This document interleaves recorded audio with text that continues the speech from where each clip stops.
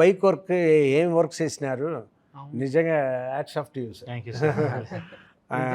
ఆయనకి మెచ్చుకోవాల్సింది ఆయన్నే ఫస్ట్. చిన్నతనంలోనే పెద్ద మంచి అయ్యిండు. చూస్తే మళ్ళా నేనే అభిలాష అంటున్నాడు. నిజంగా ఎక్కడున్నాడో డైరెక్టర్ అంటే ఇంత పెద్దగా కండలు అట్లా ఉంటారుగా కొంతమంది అట్లా యాటిట్యూడ్ అట్లా లేకుండా నేనే అభిలాష అనేటట్లా నాకు అరే ఈయన సస్కస్ అవుతాడు, ఇంకా సస్కస్ అవుతాడు. అయ్యింది ఇప్పటికే మంచిగా నడుస్తుంది. కానీ అందరు రావాలి. ఫిలీజ్ చెప్తున్నావు చూడండి, ఇది ఖరాబ్ అయ్యే సినిమా కాదు. మనకి ఏదో ఒకటి ఏడిపిస్తుంది, నవ్విస్తుంది, కొంచెం అరే ఆ పాత్రలో మనమే ఉన్నట్టు అనిపిస్తుంటుంది. నిజంగా బిగ్గర పట్టుకుంటున్నాం ఇట్లా సీట్లు. క్లైమాక్స్ ఆయన దాని మీద పోతుంటే అయితే బిగ్గర పట్టుకుంటున్నాం, అరే మేమే నడుపుతున్నామా, బిరేక్ తొక్కాలనా ఇట్లా అనిపిస్తున్నది. ఇలన్ క్యారెక్టర్లు కూడా రెచ్చగొట్టుడు, ఒక్కొక్క ఫారే ఒక్కడే కాకుండా ఒక్కనే పెడతారు కదా. మీరు అంతమందిని ఎందుకు ఎత్తిండ్రు రౌడీ గుండెగాలను? అంటే కాన్ఫ్లిక్ట్స్ రేసర్లు అంటే ఒక్కరే ఉంటారు కదా, చాలామంది ఉంటారు. నేను హీరో విలన్ స్టోరీ చెప్పలే కదా, అందుకే ఇట్లా కథలు అలా వచ్చేది లేరు. ఇప్పుడు ఇంత కొడుకును మంచిగా చూసుకునేట ఆయన మళ్ళీ అరే కింద పడతావురా, దెబ్బలు తాకుతాయి, అది వద్దురా అంటారు. కానీ సార్ని ఎందుకు నువ్వు ఖచ్చితంగా అందులోకోవాలని అంటాను పెట్టి? అదే కదా స్పోర్ట్స్ మీద ఉండే ప్రేమ సార్ క్యారెక్టర్లో. ఇప్పుడు నీకు శ్యామ్ కుటారి తెలుసు ఎవరో? తెలియదు. అది కపిల్ దేవ్ తెలుసు. సో కపిల్ దేవ్ ఎంతనో శ్యామ్ కుటారి కూడా అట్లనే మన ఇండియాకి. సో అది వాళ్ళకు ఒక రికగ్నిషన్ రావాలి అనేది మా మోటివ్. సార్ క్యారెక్టర్లో మోటివ్ అదే, క్రికెట్కి ఉన్న గుర్తింపు దీనికి కూడా రావాలి అనేదే సార్ ఫైట్ చేసేది క్యారెక్టర్. అందుకే దానికోసం ఎంత దూరమని వెళ్తాడు, స్పోర్ట్స్ నిలబడాలి అనేదే సార్ క్యారెక్టర్ సినిమాలో. వీరో అంటేనే ఒక మాట మీద ఉంటాడు కదా, మళ్ళా మాట తప్పుతుంటాడు. అదే క్యారెక్టర్ అది తంది కదా, ఎమోషనల్ డ్రివెన్ క్యారెక్టర్ తను. ఇంత మంచిగా ఉన్నాక నిజంగా ఇంటి ఆమె లేకపోతే ఇంకా చాలా చేయొచ్చు అన్నట్టు, ఇంటి ఆమె వచ్చేటకల్లా ఈమె కోసానికి ఆగిపోతుంది. అది తప్పదు కదా. అంటే అందులో రాజశేఖర్ గారే నయము, ఆమెకి ఇంటి ఆమె లేదు ఆయనకు. మా ఇంటి ఆమె కెమెరా పక్కనే ఉన్నారు. జీవిత మేడం నమస్తే గారు, మీరు మీరు పక్కకుంటే ఉన్నారు. ఇప్పుడు ఏం చేయాలంటే మళ్ళీ వీక్ నాయర్ కొంచెం వీక్ ఉన్నప్పుడు మాట్లాడియాలి. అవును, వీక్ అయితే నేను లేదు, నాతో మాట్లాడలేదు మీరు, మీకు అబ్బాయిలే ఇష్టం అనుకుంటా. ఏం చేయాలి అన్ని ఇంటర్వ్యూలలో నేను అమ్మాయిలతో జర ఎక్కువ మాట్లాడుతున్నా కదా. అవునా? సత్తి బీఫ్ వేసుకుంటున్నా. అవునా? అందుకే కొంచెం తక్కువ చేశారా? నాకు పచ్చి ఫుల్స్ అంటే ఇష్టం. నాకు కూడా. మీకు ఎట్లా తెలిసింది? మీకు చేసుడు అంటే ఇష్టం నాకు తెలుసు. నాకు తినడం అంటే ఇష్టం. పండు ఒకరోజు పచ్చి ఫుల్స్ చేస్తావా మా కోసం? చేస్తా. ఇంకేమేమి పాటలు వాడతావు? పాటలు పాడు. గిటార్ వస్తుందా? గిటార్ వస్తుంది. ఒక పాట వాడు. గిటార్తో పాడనా? నేను ఇస్తా గిటార్ సపోర్ట్.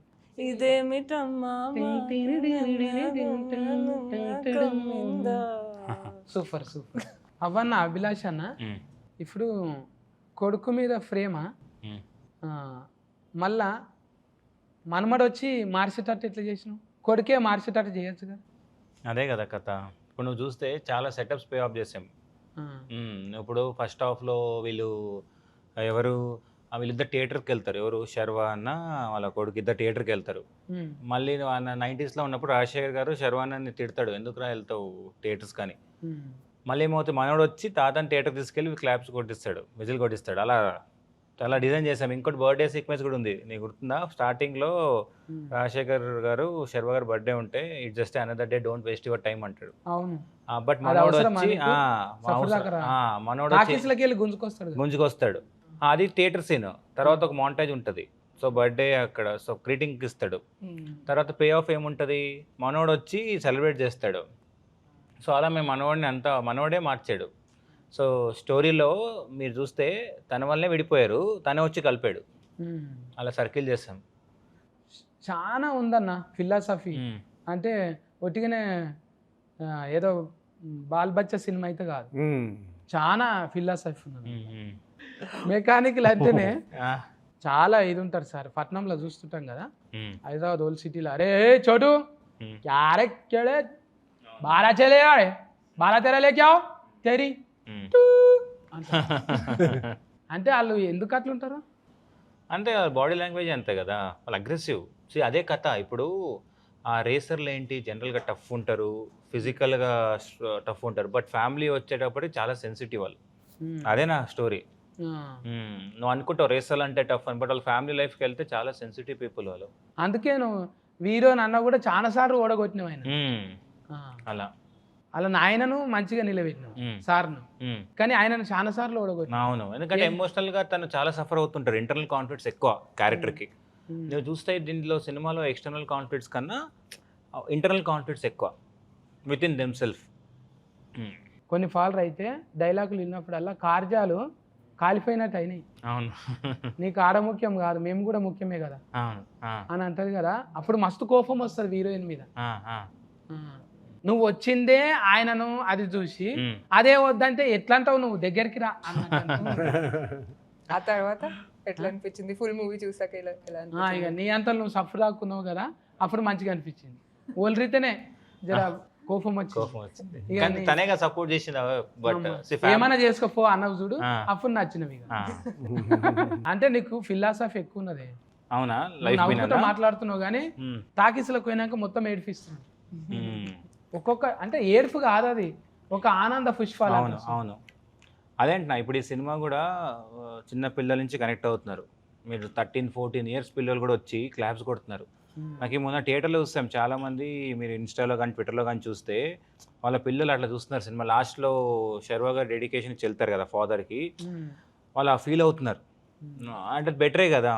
ఇప్పుడు చాలామంది ఫాదర్స్ కూడా చూసి చాలా ప్రౌడ్గా ఫీల్ అవుతున్నారు. బాగా కనెక్ట్ అయ్యారు సినిమాకి.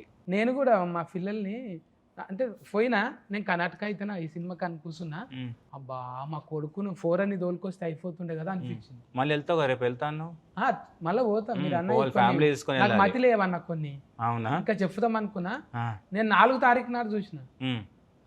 తారీఖు మతి ఉన్నది కానీ స్టోరీ మతి లేదు నాకు. అయితే మళ్ళీ చూడాలి, మళ్ళీ చూడాలి.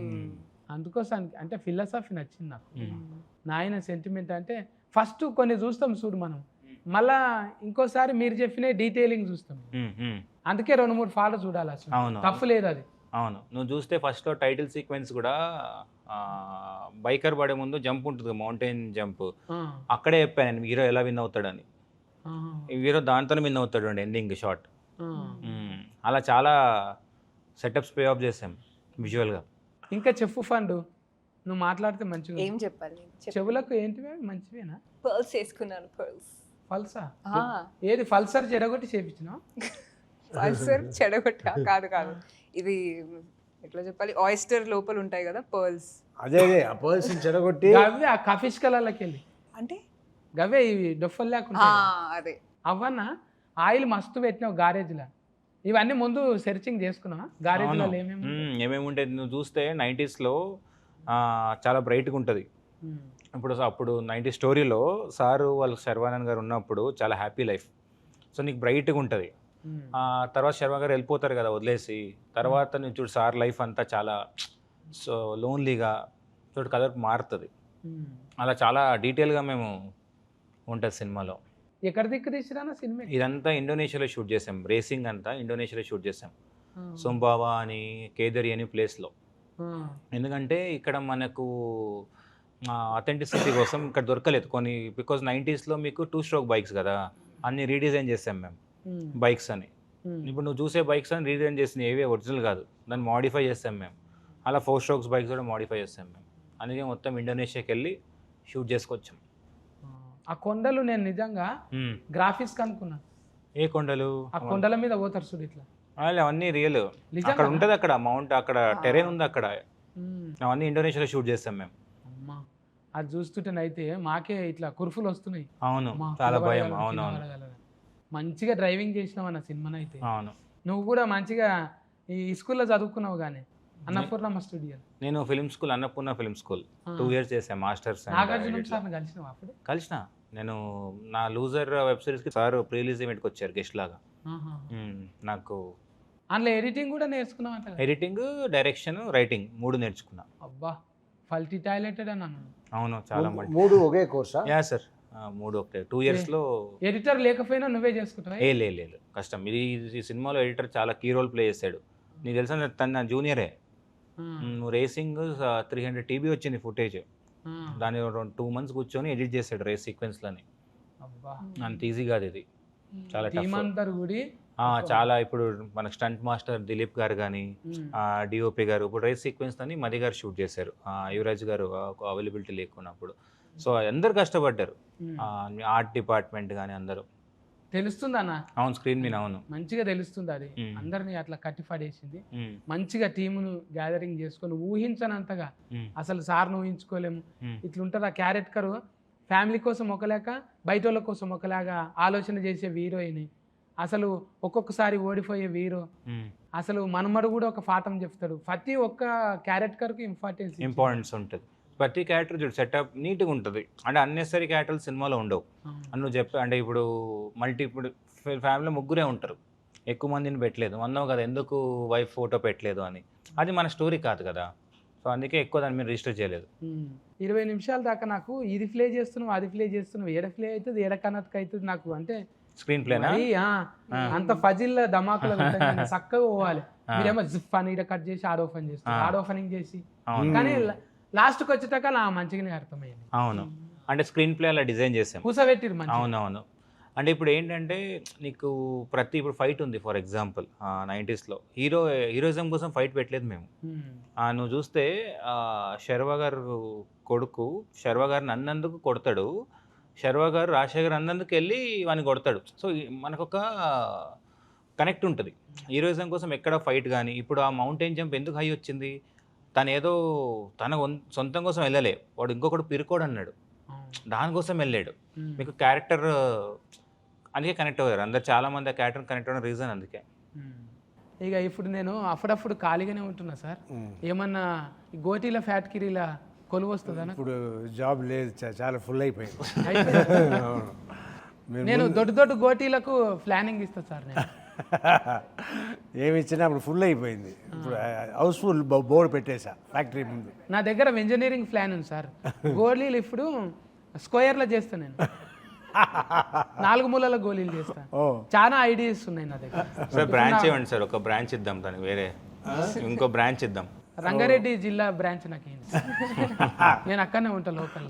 మీరేం చేస్తారు? గోల్డ్ నేను డిజైనింగ్ చేస్తా, అంటే ఇప్పుడు అంగి మీద పూలు ఉంటాయి కదా సార్, అవే పూలు గోటీలలో స్టార్ట్ చేస్తా. అది టాంఫర్ గోటి అవుతుంది, మన గోటీలు ఎక్కువ సెల్లింగ్ అవుతుంది. చూడండి సార్, సరే ఆలోచిస్తాను. మీరు జీతం ఎంతైనా పర్వాలేదు, పూటకు ఒక బిర్యానీ ఒక బీర్ ఇస్తే చాలు. థ్యాంక్స్ కన్నా అభిలాష్, మంచి సినిమా చూపెట్టినావు. Thank you. తండ్రులను గుర్తు చేసినావు, బంధాలను గుర్తు చేసినావు, కుటుంబాన్ని గుర్తు చేసినావు. ఇప్పుడు చెప్పు ఫండ్, నేను ఎందుకు చూడాలి సినిమాలో? నువ్వు camera Biker is out in theaters next to you, so please watch our film. ఇది ఒక ఫ్యామిలీ డ్రామా మూవీ అండి, more than anything, because all are Telugu cinema is connected and rooted to our family emotions. So please watch me, Sharva and Rajshekhar sir under Abhi's brilliant direction, and it will be an incredible watch. So అందరు థియేటర్కి వచ్చి చూడండి, మీ family members అందరూ కలిసి రండి, అందరూ కలిసి చూసేలాంటి cinema అందరికీ నచ్చుతుంది.